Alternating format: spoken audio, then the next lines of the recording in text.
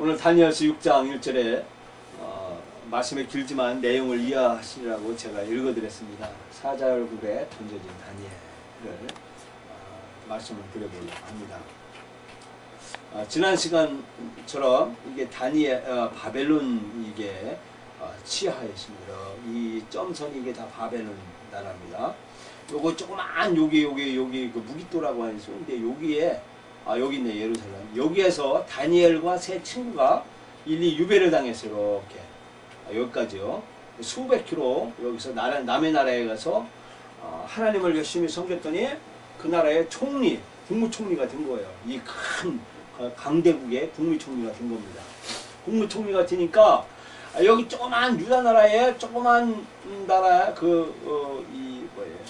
침략당한 나라에 유다 나라의 청년이 여기 총리가 되니까 여기에는 그 원주민들, 그러니까 이 나라 원민들이 시기가 잦았어요. 그래서 다니엘을 죽이려고 이렇게 모함을 했는데 사자굴에 집어넣으려고 했는데 사자굴에서 살아나는 거예요.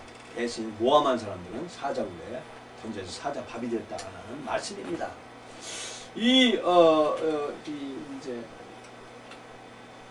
바벨론 나라에 여기 페르시아라고 있어요. 바사, 여기 바사라고 이게 지금 이란입니다. 여기 메데와 바사 이렇게 나오는데 이 메데라고 하는 이 나라에 이 통치하는 그 왕이 외동딸이 있었어요. 외동딸을 이 페르시아 바사의 왕에게 시집보냈어요. 시집보내가지고 이 바사하고 이 사돈을 맺었어요. 이 메데하고. 그래서 이 바사 페르시아 왕자가 자기 장인을 다리오라는 왕을 여기 이제 침략을 하는 거예요. 침탈을 어떻게 침탈을 하냐면 이게 페르시아 제국입니다. 이제 여기 바벨론이 이제 멸망했어요. 왜 멸망했냐면 그걸 해볼게요. 이게 느부갓네살 왕의 바벨론 나라예요. 아주. 근데 이게 이 도성이 이게 강입니다. 강. 이 유프라테스 강이에요.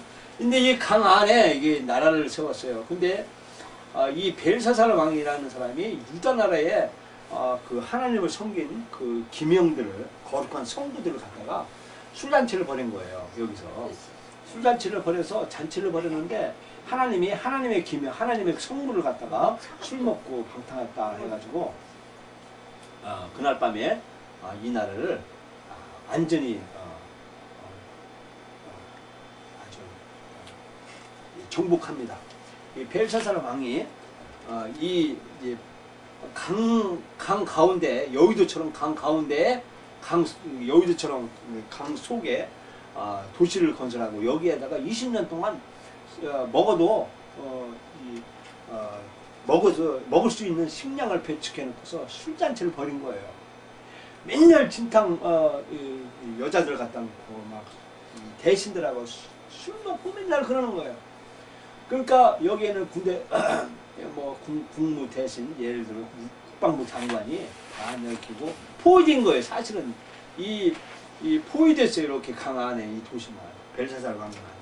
그래가지고 그날 밤에 메데 루바르신 그래가지고 벽에 그날 밤에 이 나라가 바벨론 나라가 멸망하죠. 그 주객이 여기는 그 바벨론 시민들이 원성에 살았어요. 그래서 원성에 살아서 이 군대 베데 파사 나라의 군대와하고 그날 밤에 강물을 막았어요. 이 강물을 막고 강물 뚝을 막았어요. 밤에 막아가지고 여기 이 물 없는 데로 이 메데와 파사 군대가 들어가서 그날 밤에 벨사살 이 바벨론 나라가 하루아침에 무너집니다. 그런 역사가 지고 있어요. 이게 메소포타미아 문명의 그렇게 건축 양식들입니다. 이렇게 이제 바벨론 나라가 100년 만에 완전히 무너집니다. 무너지고 아까 말했죠. 장인과 사위 사위가 이제 나라를 메대 나라를 파사 나라를 전부 통치하고 장인을 바벨론이라는 이 나라 통치한 이 멸망한 나라의 왕으로 세웁니다. 사위가. 그래서 장인이 이 메소포타미아 몇 명 거기를 통치를 하죠. 그러니까 오늘 본문에 보면 다리오 왕 이렇게 나오죠. 다리오 왕라고 하는 1절의 말씀이 나옵니다. 그것은 바로 이 바벨론이 이미 나라가 멸망했다라는 것을 선포하고 있습니다. 이때 이 나라가 멸망했지만 그래도 다니엘은 거기에서 하나님의 우뚝 서서 총리나라를 하고 있는 거예요. 그런데 이렇게 여기 조그만 나라 포로로 잡혀온 나라에 젊은 청년을 모함해서 총리를 폐위시키려고 이제 하나님을 왕 외에 다른 신에게 섬기고 절을 하면 사자굴에 넣는 거로 법을 만들자 그래가지고 그렇게 만들었습니다. 그래서 선포를 했어요. 30일 동안 누구든지 이 다리오 왕 외에 다른 신에게 무릎 꿇고 절을 하면 사자굴에 던져놓겠다 하는 방을 내립니다. 그런데 다니엘은 자기가 섬기는 하나님을 향하여 예루살렘에 향하여 2층 창문에 열어놓고 거기서 하루에 3번씩 절을 합니다.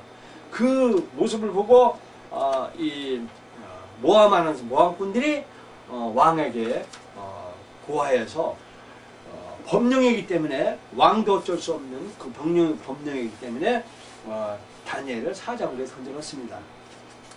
근데 하나님이 도와주셔서 사자굴에서 다니엘이 살아납니다. 여기 보죠?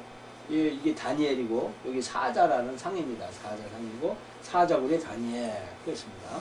사자굴의 다니엘. 이 사자 속에 다니엘이 굶은 사자 속에 다니엘이 죽지 않고 살아나는 말씀입니다. 그래서 사자굴 속에 다니엘이 이렇게 살아났다라는 것을 성경 하나님의 말씀에서 이렇게 그림이 있습니다. 그러면 이렇게 사자굴에서 다니엘이 죽지 않고 살아난 이유가 있습니다. 왜 그러냐 하면 다니엘은 세상적으로 허물이 없었습니다. 허물과 그릇됨이 없었습니다. 허물은 이 부패한 행위를 말합니다. 그리고 그릇됨이라는 것은 이 게으름과 또 이렇게 부주의 이것을 말하고 있습니다. 다니엘은 이렇게 세상적으로 그릇됨이 전혀 없었습니다. 하나님은 제일 싫어하는 게 뭐냐면 우상 섬기는 걸 제일 싫어하십니다. 하나님이 처음에 하나님의 이름을 낭력되지 마라. 나 외에 다른 신을 두지 마라. 나 외에 다른 신에게 절하지 마라. 이렇게 하나님이 1계명서부터 3계명까지 말씀했습니다. 즉 하나님은 우상을 싫어하십니다. 그 우상이 뭐냐? 우상이 뭐냐? 우상은 우상과 니코르 음행입니다. 음행. 우상과 음행을 하나님은 제일 싫어하십니다. 성적으로 타락을 하면 누가 죽습니다. 누가 죽어도 죽어야 그게 물러갑니다. 하나님의 아들 예수님이 죽으셨어요. 그 우상 타파하려고. 그런데 이렇게 우상을 섬기는 집안에는 반드시 핏값을 찾습니다. 예수님도 핏값을 이렇게 치르셨고 또 우리도 마찬가지로 핏값을 치러야 됩니다. 그래서 평상시에 우리가 세상적으로 이렇게 우상을 섬기지 않는 그런 거룩한 삶이야말로 마귀의 책을 안 잡힙니다. 세상적으로 깨끗하고 순결한 삶을 사는 것이 우리들이 해야 되고 우리의 다른 사람이 도움이 되는 것이죠. 저는 그렇게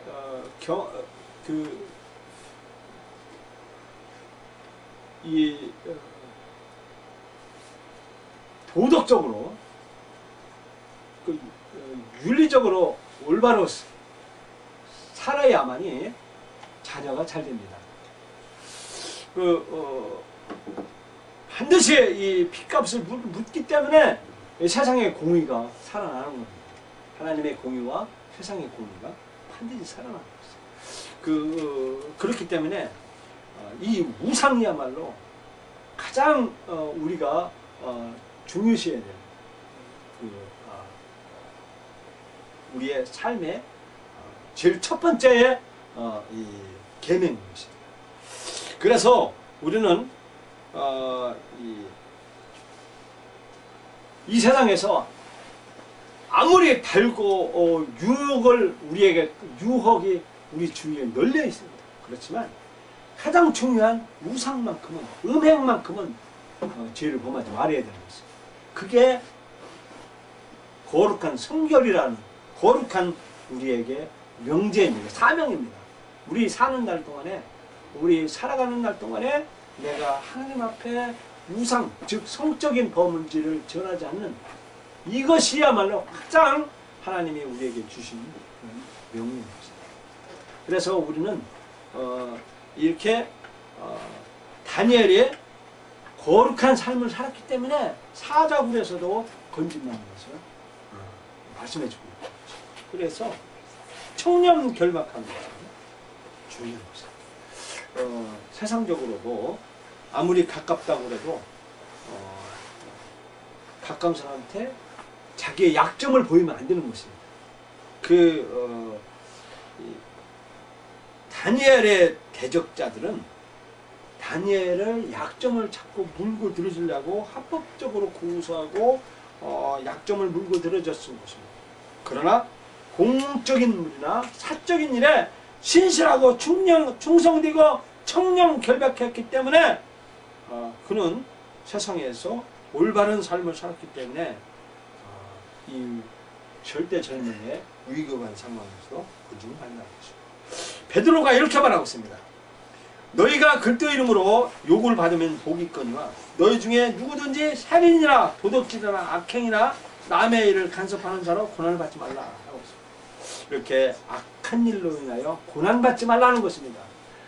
특히 성적인 죄는 자식까지 물러가는 겁니다. 죄가 이렇게 내려가기 때문에 우상이라는 것은 뭐 이렇게 이렇게 정한 수도 없고 아니면 무슨 절하는 것, 그것만이 우상이 아니라 성적인 도덕적인 성적인 이 내 몸에 음행을 저지르는 것, 이게 우상이라는 것입니다. 얼마나 무서운지 모릅니다. 그 죄값은 무섭습니다. 죽어야만이, 누군가 죽어야 그 죄가 해결되는 거죠. 그렇지 않기 위해서는 먼저 내가 십자가 앞에서 내 자신 허물을 쳐야 돼. 내가 죽어야 내 안에 있는 그 도성, 그 죄악의 쓴뿌리를, 가슴에 있는, 몸에 있는 그 죄악의 쓴뿌리를 파살할 수 있는 길은 내가 죽어야만이 가능한 것입니다. 그만큼 악한 세력은 우리를 죽이려고 멸망시키려고 하는 것입니다. 예수 그리스도가 아무 죄 없는 분이 우리의 죄를 위해서, 나와 우리의 죄를 위해서 계속 죽으셨어요. 이분이 누구를 의지했습니까? 하나님을 의지했어요. 예수 그리스도가 죽는 순간까지 하나님을 의리하고 하나님을 붙들었습니다. 그래서 온 인류의 죄를 해결하신 유일한 분이 예수 그리스도십니다. 그럼 우리는, 예수님을 믿는 사람들은, 우리는 내 자신이 십자가에서 허물어져야 되는 것입니다. 내가 예수 그리스도 앞에서 허물어지고, 오호, 나는 예수 그리스도 안에서 죽었습니다. 이제 나는 십자가에서 저는 못 박혀 죽으셨습니다. 그런즉 이제는 내가 산 것이 아니라 오직 내 안에 그리스도가 사신 것이라. 갈라디아 2장 20절에 말씀과 같이 예수 그리스도를 의지하는, 이거야말로 이 길이 유일한 해결책이라는 사실입니다. 그래서 다니엘의 사자굴 속에 들어가는 순간에도 하나님을 의지했습니다. 이것은 신앙의 문제입니다. 우리가 반드시 위기와 역경의 순간이 우리는 언제나 옵니다. 찾아옵니다. 그럴 때 다니엘과 같이 오직 하나님만을 의지해야 됩니다. 하나님만이 유일한 해결책이라는 사실. 그래서 다니엘의 대적자들은 다니엘이 사자굴에 들어가서 아하 이제는 해결됐다. 이제는 보기 싫은 다니엘을 만나지 않고 이제는 끝났구나, 끝났다 이렇게 했지만은 하나님은 다니엘을 사자굴에서 하나님을 의리하고 청렴 결백하고 악한 약점을 보이지 않았기 때문에 하나님은 그를 구원해 주셨습니다. 그래서 다니엘이 자기 하나님을 의리하였다라고 말씀해 주고 있습니다. 하나님을 믿고 의지했기 때문에 마침내 승리할 수 있었던 것입니다. 다니엘이 승리한 비결을 다시 한번 말씀드리면, 세상적인 차원에서 대적자들에게나 회방거리나 시험거리를 드는 고소의 빌미를 제공하지 않았다는 사실입니다. 그만큼 우리는요, 이 세상에서 삶을 사는데 악한 사탄에게 또는 다른 사람에게 약점을 보지 않고 빌미를 제공하지 않아야 되는 것입니다. 목에 칼이 들어와도 내 몸은 내가 지키겠다. 내 몸은 내가 죽어도 내 몸은 내가 거룩하게 지키겠다. 라고 하는 그런 각오로 신앙생활을 하게 되면 악한 사탄이 틈타지 못합니다. 우리를 참수 못해요. 왜냐? 삶이 깨끗했기 때문에. 그렇습니다. 그렇기 때문에 우리는 아무리 가까운 사람들 앞에서라도 고수의 빌미를 제공하지 마십시오. 내 몸은 내가 지켜야 되는 것입니다. 그래서 거룩한 삶을 살아야 되는 것입니다. 그리고 오직 예수 때문에 내가 회방당하는 것, 고난당하는 것 외에는 모든 면에서 신실하고 청렴 결백한 삶을 살아가야만 하는 것이 우리들이 해야 될 것입니다. 그리고 두 번째, 신앙적인 차원에서 오직 하나님을 의지해야 되는 것입니다. 내가 비록 내 쌀뚝에 쌀이 떨어져도 하나님을 의지하겠다. 내 외양간에 송아지가 없더라도 나는 여호와로 인하여 기뻐하리라. 하나님이 나를 구원하셨다. 나를 죽음 가운데서 건져주신 그 하나님, 그리고 나를 역경 가운데서 건져주신 하나님, 예수 그리스도가 죽었다가 부활하신 그 하나님, 그 때문에 내가 죽든지 살든지 하나님의 뜻에 순종할 자세를 가지면 기적의 역사가 일어난다는 사실. 이것은 요나의 기도입니다. 요나의 기적. 예수님이 항상 말씀해 주실 때 기적은 무슨 기적이냐? 기적은 바로 요나의 기적밖에 없다 라고 할 때 요나가 뭐냐? 요나의 기도가 뭐냐? 요나가 물고기 뱃속에 들어가다가 3일 만에 다시 살아나는 것이 요나의 기적입니다. 그건 뭐냐면 예수님이 죽었다가 장사 지냈다가 부활했다. 이것이 요나의 기도, 요나의 포커스인 것입니다. 성경 66권 모든 성경을 다 통틀어도 요나의 기적, 죽음과 장사와 부활, 침례가 이렇게 중요한 것입니다. 침례 기도인데 예수 그리스도의 죽음과 예수 그리스도의 장사와 예수 그리스도의 부활, 이 침례의 사상, 침례의 이 교훈은 바로 이걸 잊어버리면 안 되는 것입니다. 이것이 바로 우리가 뭐냐면 죄로 인하여 내가 죽어야 되는 것입니다. 죄 때문에 내가 죽어야 되는 거예요. 나는 죽어야 돼요. 그리고 죄로 인하여 나는 장사 지내야 돼요. 그리고 예수 그리스도로 나는 새로 거듭나서 부활했다. 이 사상, 이런 도도한 목숨보다도 더 귀한 사명, 이거보다 더 멋진 삶이 어디 있습니까? 이런 삶 태도 멋지지 않습니까? 차라리 이건 인간으로서 가장 멋진 것은 죄로 인하여 내가 죽었다. 죄로 인하여 내가 장사 지났다. 끝났다. 그리고 나는 부활했다. 하나님이 나를 건져주셔서 부활한 삶을 산다. 라는 신앙, 이거야말로 오늘 사자굴에서 건져주신 다니엘의 교훈을 우리에게 말해주고 하나님이 우리에게 말씀해주고 있다는 사실이에요. 구구절기에 말씀해주고 있다는 사실입니다. 예수님이 부활하셨습니다. 그러면 우리가 가슴 절절, 심장에 흐르는 그 절절한 거, 애절한 그 심장만큼 얼마나 멋집니까? 다시 태어났을 때 그 병아리가 부활했을 때 활활 떠는 그 심정, 아주 그 세명하고 그 새로운 삶을 살았다는 그 애절한 심정이 예수님의 부활에게서 나타나지 않습니까? 우리 그런 애절한 심정을 갖고 삶을 살아야 되는 거죠. 다시 태어나는 그 순간처럼 죽든지 살든지 하나님 때에 순종할 그 자세, 이것만큼 가장 멋진 삶이라는 사실입니다.